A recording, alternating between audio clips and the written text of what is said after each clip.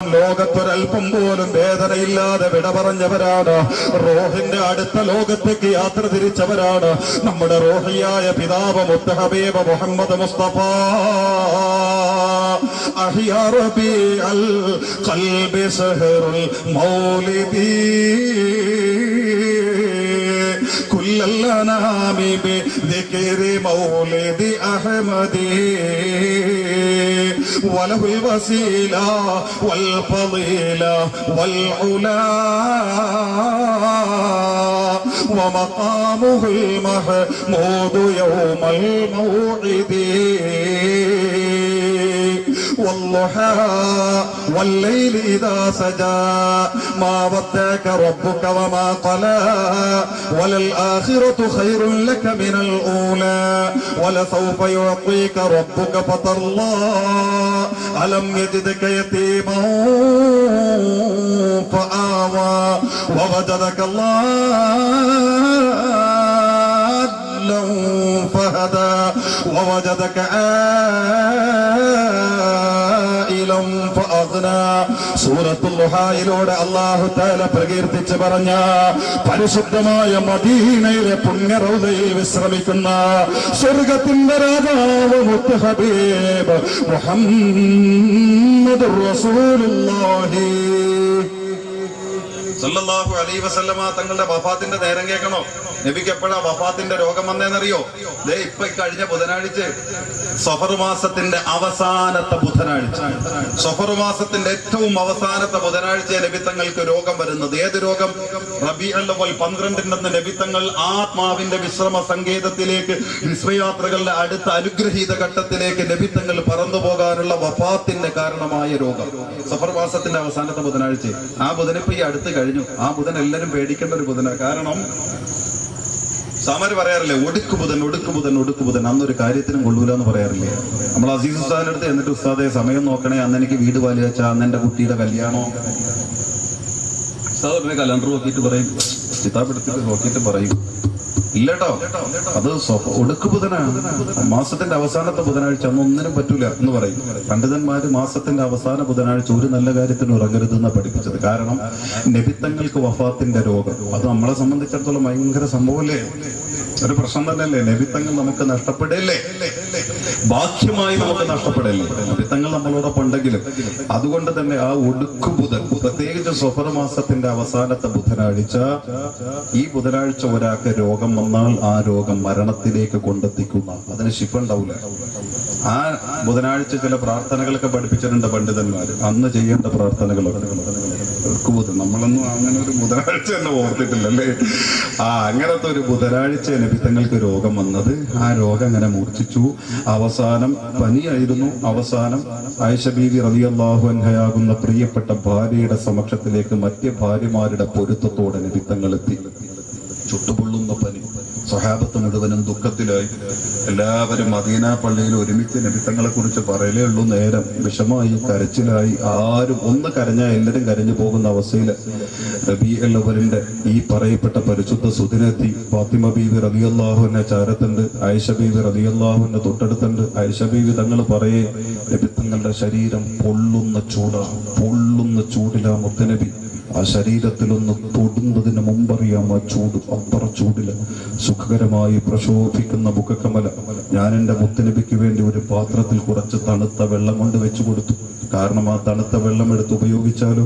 അങ്ങനെ കൊണ്ടുവച്ചപ്പോ മുത്തനബി സല്ലല്ലാഹു അലൈഹി വസല്ലം അവിടത്തെ ശറഫാക്കപ്പെട്ട കൈത്തലം വിറച്ചുകൊണ്ട് അത്രത്തോളം പനി പിടിച്ചിട്ട് വിറവിറച്ച കൈയെടുത്തിട്ട് ആ പാത്രത്തിന്റെ ഉള്ളറയിലിടും. എന്നിട്ട് വെള്ളം നനയ്ക്കും.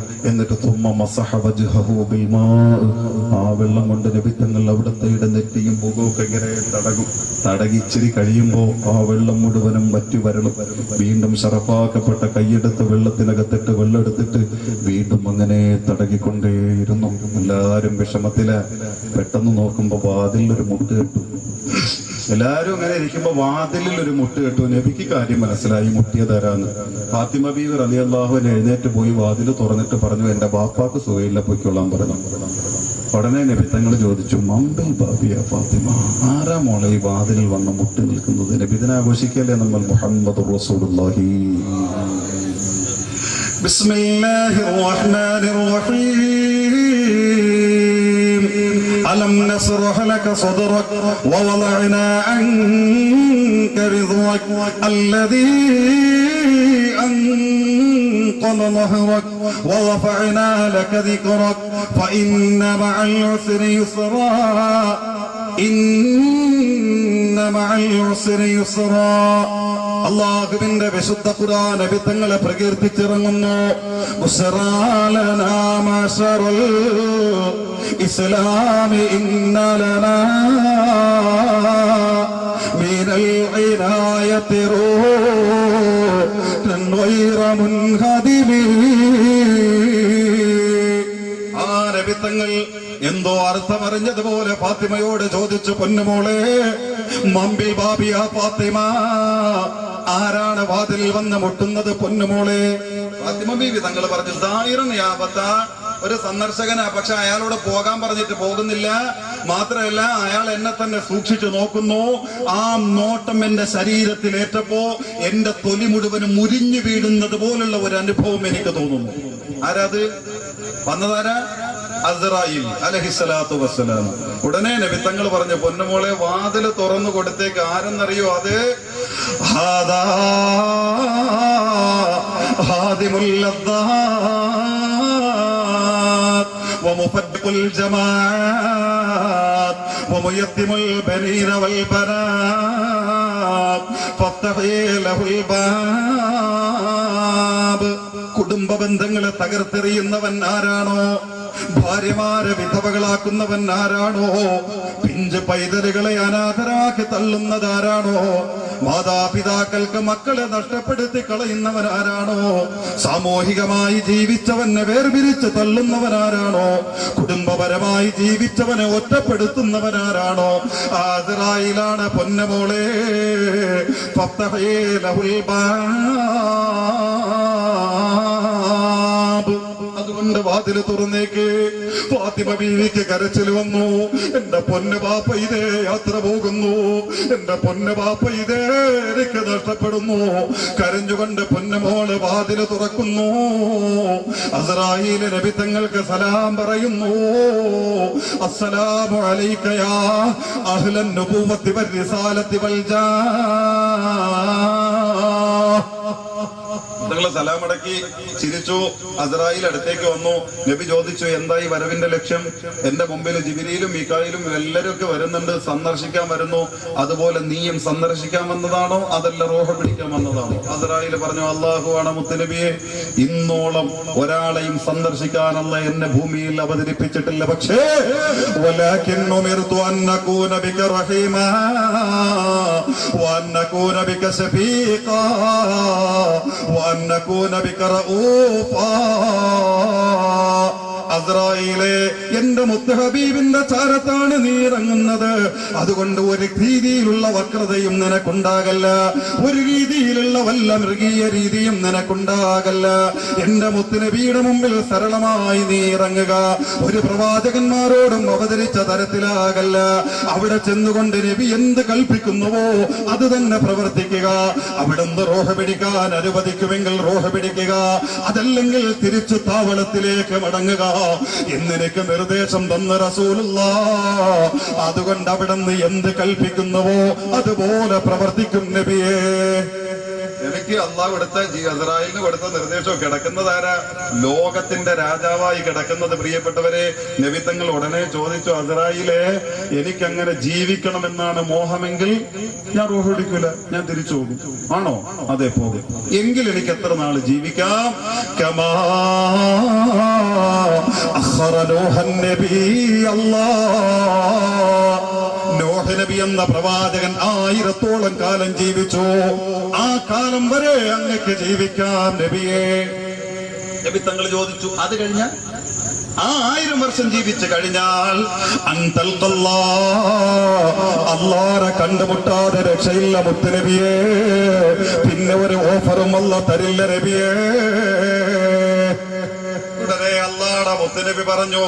വേണ്ട അസ്രായീലേ, അള്ളാഹ് അനുവദിച്ചതിനപ്പുറം ഒരു സെക്കൻഡ് പോലും ഈ ഐഹിക ലോകത്ത് ഞാൻ കൊതിക്കുന്നില്ല. അതുകൊണ്ട് എന്റെ റൂഹ് പിടിക്കുക. നബി തങ്ങൾ അനുവാദം നൽകുന്നു. നബിയ അനുവാദം നൽകുന്നതോടുകൂടി വഖദ് ബലഗൽ ഉമറു മുൻതഹാ വഖദാ നഹ്ബുഹു. നബിയുടെ അനുവാദം കൊടുക്കലോടുകൂടി സമസ്താഖിലം പ്രപഞ്ചവും കരഞ്ഞു പോകുന്നു. മാലാഖമാര് സുജൂദിൽ വീട് അണപൊട്ടുന്നു. ഇല്ല റബ്ബേ ഇല്ല, ഇനി ഭൂമി മണ്ണിൽ ഞങ്ങൾ ഇറങ്ങില്ല. മുത്തരവിയില്ലാത്ത ഭൂമിയിൽ ഞങ്ങൾ ഇറങ്ങില്ല പറഞ്ഞുകൊണ്ട് റഹ്മത്തിന്റെ മാലാഖമാര് അല്ലാഹുവിലേക്ക് വിഷമം അറിയിക്കുന്നു. സമുദ്രങ്ങൾ പോലും മലയടി നിർത്തുന്നു. പറവറക്കുന്ന പറവകൾ പോലും ചിറകടിച്ചുകൊണ്ടുള്ള പറക്കൽ നിർത്തുന്നു. സമുദ്രങ്ങളിലൂടെ ഊളിയിട്ടൊഴുകുന്ന മത്സ്യങ്ങൾ പോലും പരസ്പരം നിശ്ചലം നിന്നു പോകുന്നു. സൂര്യനും ചന്ദ്രനും നിലവിളിക്കുന്നു. അല്ലാ, ലോകത്തിന്റെ അനുഗ്രഹീത പ്രഭയിതേ അല്ലാഹു തിരിച്ചെടുക്കുന്ന പ്രിയപ്പെട്ടവരെ. അസ്രായീല് റൂഹ് പിടിക്കാൻ തുടങ്ങി. നീൻ ഉത്തരവാദിത്വം ഏറ്റെടുത്തുകൊണ്ട് റൂഹിയായ പിതാവിന്റെ റൂഹ് പിടിക്കുന്നു. ആയിഷ ബീവിയുടെ കണ്ണ് നിറയുന്നു. മദീന പള്ളി മുഴുവനും സ്വഹാബത്തിനെ കൊണ്ട് നിറഞ്ഞിരിക്കുന്നു. എല്ലാവരും ക്ഷമയോടുകൂടി കാത്തിരിക്കുകയാണ്. വിധങ്ങളെ ബിലാല് ബിൻ റബാഹ് ഏത് നേരത്തും പൊട്ടിപ്പോകുന്ന അവസ്ഥയിലാ. ഇതിനിടയിലേക്ക് നബി തങ്ങളെ റൂഹ് പിടിക്കുന്നു. അല്ലാ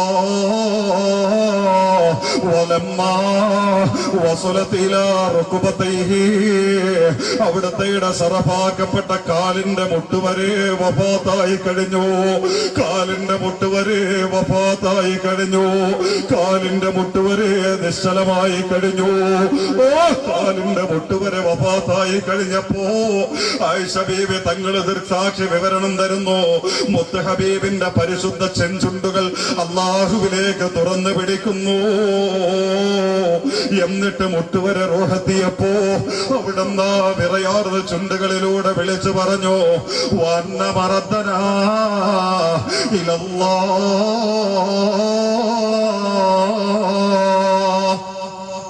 ആ സമയത്ത് അതിന്റെ ലക്ഷ്യം എന്താണെന്ന് എനിക്കറിയില്ല പ്രിയപ്പെട്ടവരെ. വീണ്ടും അങ്ങനെ സരളമായ റൂഹ് പിടിക്കുന്നു. അങ്ങനെ റൂഹ് പിടിച്ച്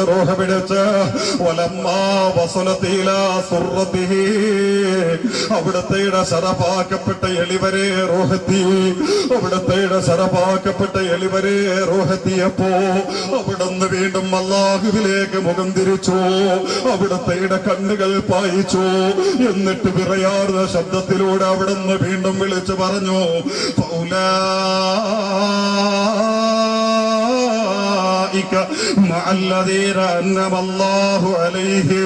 വീണ്ടും പതിയെ പതിയെ റൂഹ് പിടിക്കുന്നു.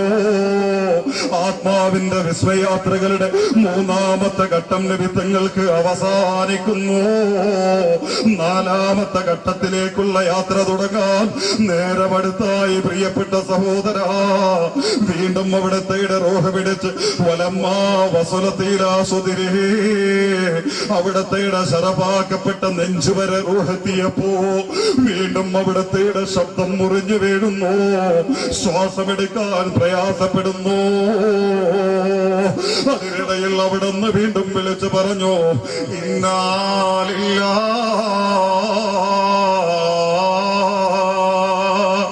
ആയിഷ ബീവി റളിയല്ലാഹു അൻഹയുടെ കണ്ണ് നിറഞ്ഞൊഴുകുന്നു.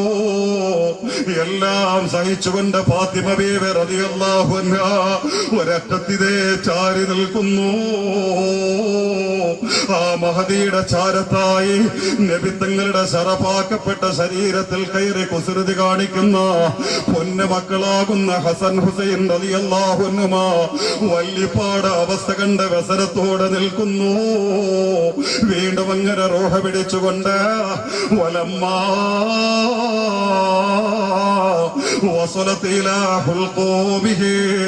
നബി തങ്ങളുടെ ശറഫാക്കപ്പെട്ട തൊണ്ട വരെ റൂഹെത്തിയപ്പോ അവിടുന്ന് അല്ലാ തൊണ്ടയിൽ കഫം കുടുങ്ങി വരുന്ന ഒരു ചെറിയ ഇടറുന്ന ശബ്ദം പുറത്തു വരുന്നു. ആ ശബ്ദത്തോടൊപ്പം അല്ലാഹുവിന്റെ മുത്ത് ഹബീബ് പതിയെ തലയൊന്ന് ചലിപ്പിക്കുന്നു. എന്നിട്ട് റബ്ബിലേക്ക് തിരിഞ്ഞുകൊണ്ട് വിളിച്ചു പറഞ്ഞു, അല്ലാഹുമ്മ അല്ലാഹുമ്മ അല്ലാഹുമ്മ അഇന്നി അലാ സകറാത്തിൽ മൗത്ത്.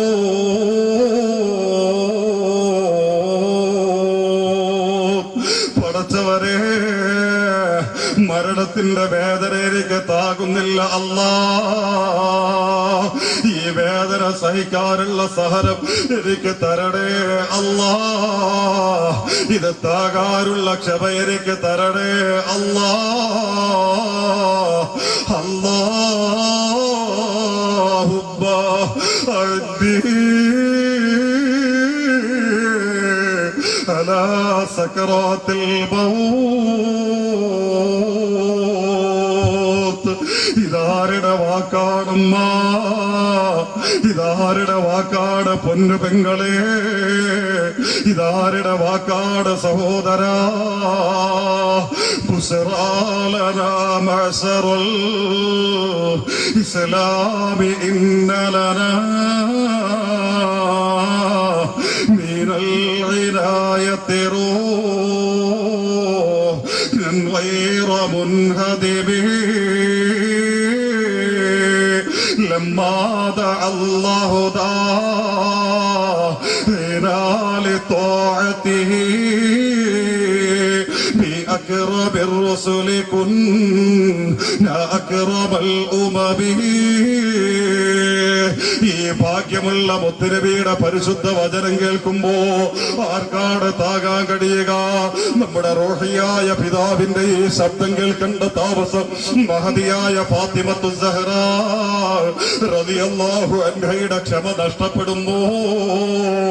എന്റെ പൊന്നുപ്പാ വാകർബാ അലാ കർബികൽ യൗമ യാ അബാ. ഓടിച്ചെന്ന് പൊന്നുപാപ്പാരെ കെട്ടിപ്പിടിച്ചുകൊണ്ട് പൊട്ടിക്കരഞ്ഞുകൊണ്ട് പൊന്നുപോലെ വിളിച്ചു പറഞ്ഞു, പാപ്പാ അങ്ങയുടെ ഈ വേദന കണ്ടിട്ട് ഈ ഫാത്തിമയ്ക്ക് താകുന്നില്ല പാപ്പാ, ഈ ഫാത്തിമയ്ക്ക് സഹിക്കാൻ കഴിയുന്നില്ല പാപ്പാ. ഉടനെ ഹസൻ ഹുസൈൻ റളിയല്ലാഹു അൻഹുമ ഓടിച്ചെന്നുകൊണ്ട് വല്യപ്പാല ചാരത്ത് നിന്നുകൊണ്ട് കുഞ്ഞിളം ശബ്ദത്തോടെ വിളിച്ചു പറഞ്ഞു, വാകർബാ അലാ കർബികൽ യൗമ യാ ജദ്ദാ.